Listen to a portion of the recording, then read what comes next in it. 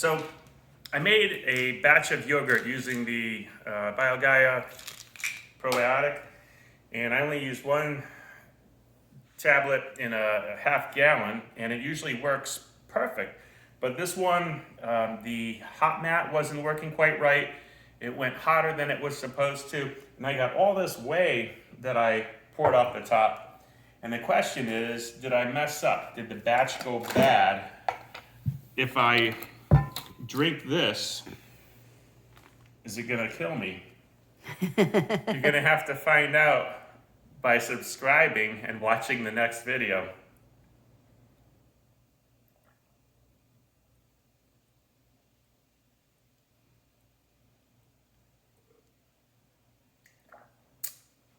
It's almost getting like cottage cheesy down there.